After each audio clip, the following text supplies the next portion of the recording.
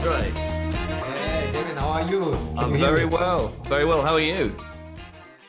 Oh, yes, if you ask me in this way, I don't, I have felt somehow better, I think, because I'm right now here. I was at the sparring Mm-hmm. with my opponents, basically half as old as I am. Yeah. Yeah. That's good preparation for your fight then. Yeah, right. It was a very intense sparring, but I'm okay, so and I feel good. Only my nose, as you can perhaps see, have. Yeah. So you still got all the endorphins running through your blood. Yeah, right. Also endorphins and Yeah. adrenalines. Nice. Yeah. So I just got back from training this morning as well. But yeah, I think I'm feeling pretty good for it as well. It's nice, isn't it, when you exercise and you feel good about yourself? Okay, but have you done also some sparring rounds or just a little technique? What was your Not for me today. No, just some technical stuff, and we did the color draw as well today. So we're gonna post that this weekend. right. And now you're gonna ask me what color you got, and I can't remember. But I'll send you a link to the video afterwards, so you'll know which color you're playing with shortly. Okay. Thanks a lot. So we will see. I think they are more important things than the color. So Yeah. Well, it's good you're relaxed about it. How is training going? It sounds like you've been doing a lot of training. yeah, right. I mean, as we all remember, Corona have been a game changer and interrupted our famous, lovely chess boxing sport. Mm. So, and to be honest, during the Corona times, I haven't done too much how I could. Yeah, it's Mm. like you or the home training, but this doesn't fully substitute. I mean, box training in the gym and sparring and stuff like this. Mm. So I have to do it now to get in the Yeah. best form I for. think everybody had I, I know it took me maybe 9 months, 12 months to get back to a base level of fitness after the pandemic. It was, yeah, I'd never been that unfit before because I played sport all the way from, being a very young child all the way up to the pandemic. And then suddenly I didn't notice it. It's only when you get back into it after, 18 months of really not doing a lot. And suddenly you can't breathe and you can't, you're out of breath within a few minutes. But that's how it goes, and that's why chess boxing is such a good sport, because it's not just about honing your brain; it's about honing your body as well and getting fit. Um, yeah, so do you? totally agree. Absolutely. So do you know much about your opponent, Shayan Dolab? Have you watched some videos? Yes, I watched some videos, and yeah, I think we as chess boxers should, in front of a fight, be slightly different than normal boxers in terms of I don't like to say, hey, I will knock him out in the first round because I'm the greatest. You can say that, Andre, if you want. That's fine. It'd No, be great no. for the podcast. No, I'm full of respect, and I think we chess boxers should behave slightly different, more gentleman style. And I mean, he's an actual European champion, so Mm-hmm. congratulations for this. I'm really looking forward to see him in the ring. I identified, I mean, his greatest strength perhaps is that he have his heart on the right side, that he's brave, going forward, really impressive. I identified some technical issues, and I Mm-hmm. hope that I can use them. So that's what I can say Yeah. about abilities in the ring. Yeah, I think if you look back at his fights, the last two, I think when he fought Anthony Burrachard, Toto the Robot, his technique went out of the window there, because I think he was trying too hard to knock him out, to throw that overhand, and he was so open. Whereas I think the fight against Daniel Rotter showcased his boxing a little bit better. And yeah, I hope that he's able to sort of bring that boxing game, because I think it'll be a much better fight. And yeah, I think Shayan's also been training hard as well, so I expect him to show himself to be the best boxer he can in the ring. And obviously now he's got that European belt to defend. Yeah. So he's had 5 fights. He's got a lot of experience now. You've had, I know you do you do combat sports outside of chess boxing as well, Andre? Yes, I've done this and that, but since 10 years or 12 years, I'm really intense in boxing. And besides this Corona break, I've always done a lot of sparring and stuff like this. Unfortunately, there haven't been too much occasions to do chess boxing fights because it's far away to travel to London from Germany. So, best is always we have to plan, we have to choose the opponents. And last time it was really a pity when I wanted to face Matt Crazy Arms, and then we felt both ill at the same day. This was really, but this is how it is. So yeah, so for listeners, Andre was good enough to come over to London, and it was the March show, March 2020, and I think the UK locked down a week after that. And I spoke to Andre on the day of the show in your hotel room, and you basically had a cough and you had all the symptoms of COVID. Of Corona, yeah, of Corona. So you got as far as getting to London, and then you had to stay in your hotel room. It was absolutely devastating. Yeah, really. And Matt was the same. I think he was also ill, so it was really sad for both of us. Yeah, it's amazing we managed to get that show on actually. So I've been looking back at your career. So I didn't realize that you fought Mike Botley. Is that right? Is that your first chess really? Yeah, I fought him. Yeah. Was really interesting fight with Mikey, and I hope that it's 10 years ago right now in June. It would be great to perhaps to do some 10 years after fight. So Mike, if you listen to this, I hope you're well, and perhaps we could face once again in the ring. I would be happy. So so Mike still helps us out sometimes as a corner man. So what I'll do is I'll get in touch with him and I'll offer him a guest pass or a couple and see if we can get him along to the show. And you can catch up. Because I know every time you come, well, when you came over before, you were asking about him. So how did that fight go? Because the fight you had with Nick Cornish was so short because obviously you won in the first round of chess. So how did it go with Mike? Was it a bit more of a contest? Yeah, Mike, it was really amazing. I mean, I stepped much too early in the ring. I have only, I don't know, not really 2 years of experience in the boxing, in the training gym. And I thought, okay, now I'm ready, but I wasn't. And Mike had some much better technique. And the fight started, and I thought, oh God, what's this? Oh no. Please let me go. And it was really interesting because there was 700 or 800 people in the audience. And the only one that I have heard was my lovely wife. Yeah, she was at the ringside and she said, "Andre, no, hit him." Was she having her head in her hands? And Right. Yeah, but really but amazing. You survived, didn't you? Yeah, I survived the boxing round, and in the third round, and I was really near to quit the boxing because I was totally at the end. But then I listened to the audience, and it was really a fair approach because besides all this rivalry between Germany and England and all this, the audience suddenly started to cry my name, Andre, and this was really great. So from this time on, I said, hey, London is my place. Nice. So last time we had a little Zoom call. In fact, I think in the pandemic, we did a little stream. And I wanted to ask you about your electric guitar because right. Have you got it with you? Awesome. My electric guitar, unfortunately, I worked so much. So I had not really the chance to play as much as I've done as a young man. But sure. Okay, here we go.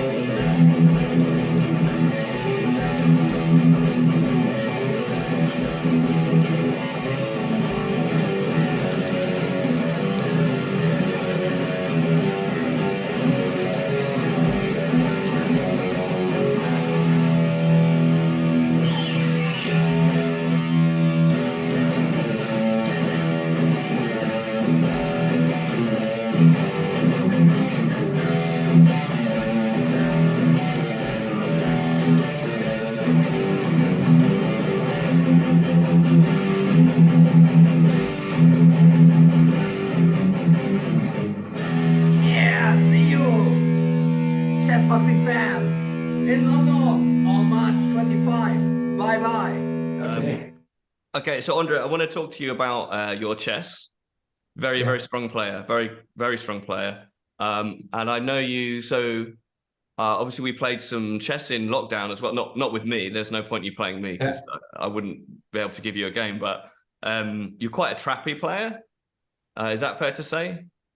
Trappy, Sorry, I'm not sure if I got your point. quite a trappy player. So I so trap when people. so you so when you won when you beat when you won in the You first call round of this. chess, Yeah. you were playing some traps. So I mean, is that how you play generally? Or was that just for chess boxing? No. It was basically the way I really play. So it was a very aggressive opening. It was a French opening, and it was some kind of wing gambit, which isn't too popular Mm. today in today times. It's out of fashion, but I think many people are underestimating it. And Yannick's basic mistake was that he tried to play as fast as I've done. Yeah. And he had so much time on the clock, he could slow down the game, step into the ring, do some boxing. This Mm. would be the best strategy, but he tried to blitz with me, and this was his basic mistake, I think. Yeah.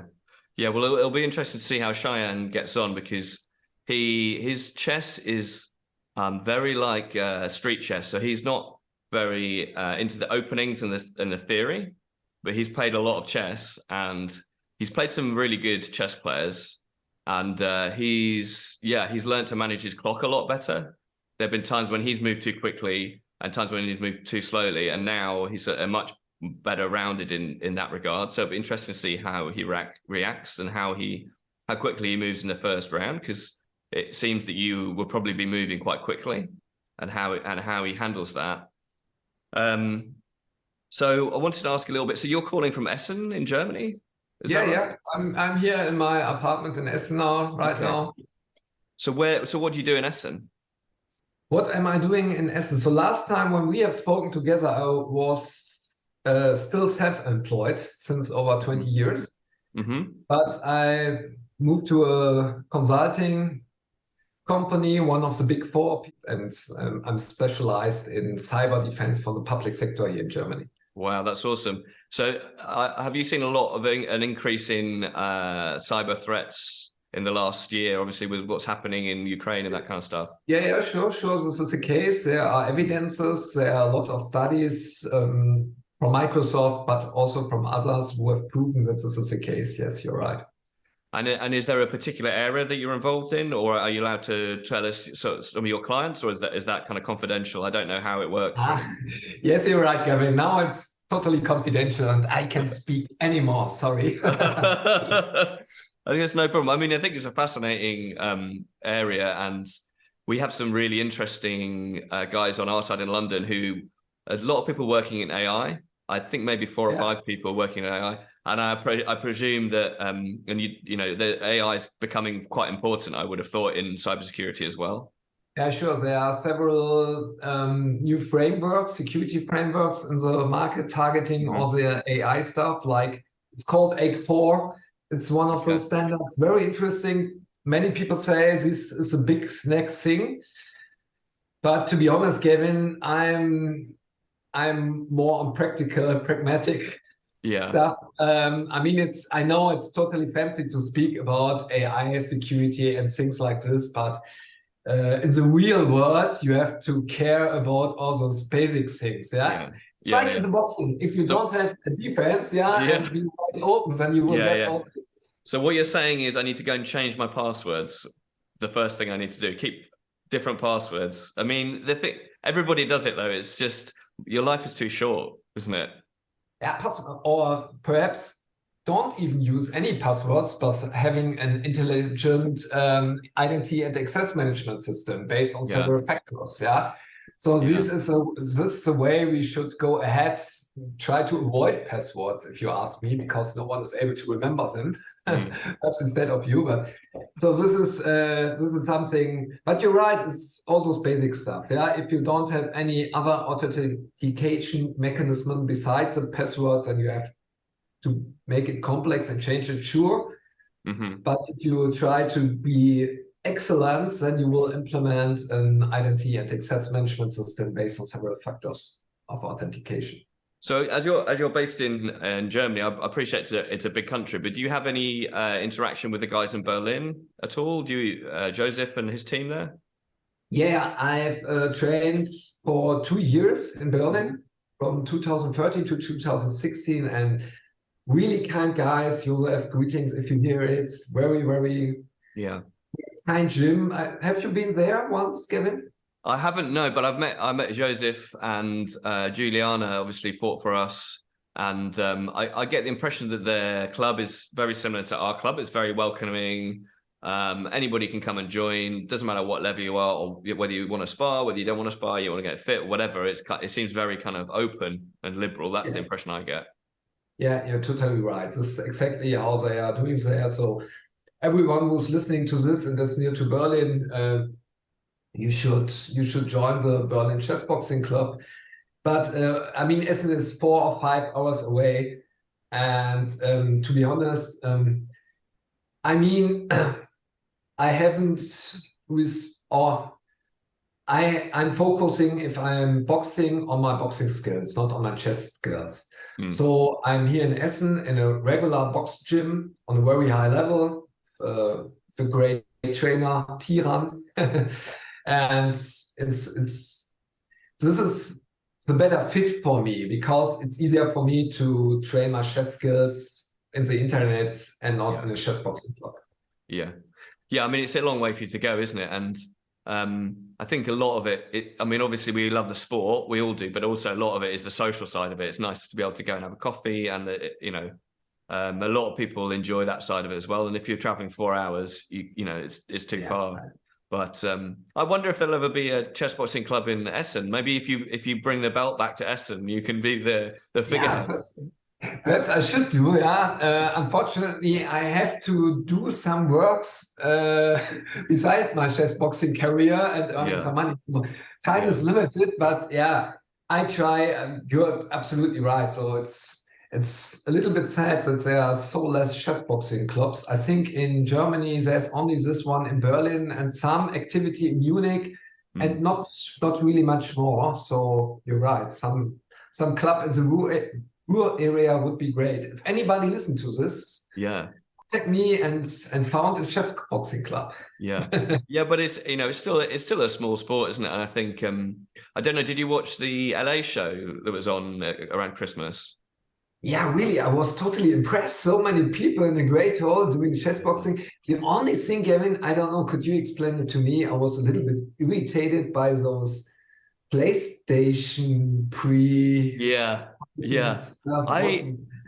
So I think it's I have to say, like, we in London, we don't take ourselves that seriously. Like, the safety side of it, we take seriously. It's a dangerous sport. We get that, but obviously, we bring a little bit of performance, a little bit of art to what we're doing, and it's a bit like it's kind of wrestling sort of thing, and they've kind of like taken it even further that way. So I feel that I can't really criticize that too much, but obviously if they're playing Smash Bros or whatever it was, that isn't chess, is it? So in a sense, it's not really chess boxing, but if that's what people find entertaining. And obviously, Ludwig, he's a gamer, so his following, that presumably they love watching people playing games. So it kind of makes sense. But yeah, I thought it's a level up, isn't it, in terms of the live audience, the online audience. And it's just great for the sport to have that many people exposed to it. We had a huge influx of subscribers to our YouTube channel and that kind of stuff. One of our so David Germany and Cameron, they're one of their bouts has now had like over 500,000 views, and it's all it's all come off the back of that kind of exposure. So there's no doubt it's done a lot for the sport, I think.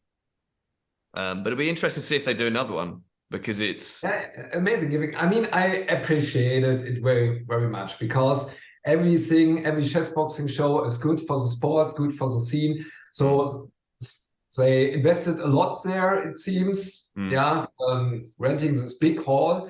And I don't want to criticize this, but I think what Ipe had in mind when he founded the sport. As you say, I mean, he was an artist. And this is why I think Ipe wouldn't be too happy to see PlayStation mixed up with boxing. I think it's a straight art approach, like you have explained.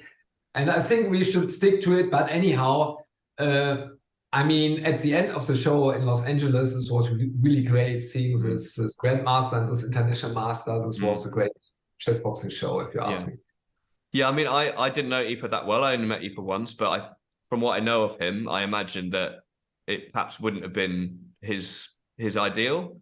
And I think Tim probably felt the same. I think it was it was almost so far that it stopped being chess boxing, certainly for those first two bouts when they were playing computer games. But equally, you know, it's not our sport, is it? It's a global sport, and if people want to take part, it's however they want to interpret it. And you know, clearly they know what people like. If you're getting 4 million views on YouTube, then who are we to? Yeah, then everything is right. Yeah, perhaps we can visit the next show in Los Angeles. So if you listen to this, we are ready. To rumble. I mean, the only reason I didn't go is because we had a show on the day before. If we hadn't, I would have been out there. There's no doubt about it.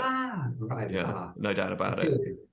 Well, Andre, we're coming to the end of the podcast. Thanks for coming on. Have you got any? Have you got any comments or back chat for your opponent? I know you're a really nice guy, so probably not. Or what you'll probably do is you'd kill him with kindness because you're always so generous to everybody, especially those you're fighting. No, as I pointed out, this is not my style. Yeah, I'm really looking forward to meet Shayan in the ring, and I guarantee all listeners, all of the audience, whether they are live in the hall or in the internet, that we will give our best, and that you will see a great chess boxing fight. And I promise you, it will take more than just one round, like the last time with Nick. Yeah. So actually, we have a new rule actually. So if there's if there's a victory in the first round of chess, then your opponent can request a round of boxing. So they have one round to try and knock you out. Yeah, right. I would give this anyway. I thought I would like to do this also with Nick the last time. The only thing is Nick has 12 kilos more on weight side, and I thought to myself, perhaps it's better not to meet him. It's fair enough. I mean, that was your choice, but it's something that Tero in Helsinki brought in for their show a couple of years ago. And also another thing that they brought in, which we're going to do, is we're going to allow the boxing referee to give time penalties. So if there's grappling, and I don't think there will be in your bouts because I don't think either of you fight like that, but we've had bouts where there's been constant grappling and the referee's had to warn them loads of times, and now the referee can give 10 seconds deduction on the clock to try and balance it a bit better. Very kind that you inform me about this rule, but I mean, from time to time, you can't avoid it in the boxing, but you're absolutely right. If you stand 3 minutes holding your arms, it's not boxing. No, sure. I mean, it happens. It happens. People grapple. That's what it does. But sometimes it becomes a tactic. And once that happens, it's not fun for the spectators. It's the same like in chess. If you don't play, just sit there, look at the ball. It's also not in the same Exactly, yeah. Well, I've got one more question for you, Andre. What is your favorite chocolate bar? It's still Twix. That's it, I think we're probably from a similar generation because I quite like Twix as well. I think maybe the younger generations, it's not really their bag, but when I was growing up, there's only so many chocolate bars, and Twix was one of them. So yeah, I do like a Twix for sure. Yeah, but Gavin, because you have told me that I should lose some weight for Shayan, I haven't got the opportunity to eat Twix in the last. Maybe after the show we'll enjoy a Twix together. How's that? One beer, one Twix. Yeah, exactly. Yeah, we can share a finger each. It's fine. Yeah. Okay, Gavin, so it was really fun to meet you again, and we will see us in London in 5 weeks, I guess. Yeah, we're so looking forward to seeing you fight, Andre, because we've been through so many times trying to get you onto our show. We got so close. We can't wait to see you fight Shayan. It's going to be a really good match. I think you're very well matched, and it's going to be a great headline bout. And it's going to be great to see you in London. Can't wait to see you. Great. So greetings to Tim and all my friends there, and then we will see you in 5 weeks again, Gavin. Yeah. So if you want to come to the show, we're virtually sold out, but we will be re-releasing some more tickets a couple of weeks before the event. So follow us on social media. We are showing the show live on our YouTube channel, youtube.com/chessboxing. So if you can't make it out to London, make sure you tune in for the live stream. And yeah, thank you very much for coming on the podcast, Andre. Thanks for fighting, and I will see you in London. Thank you, Gavin.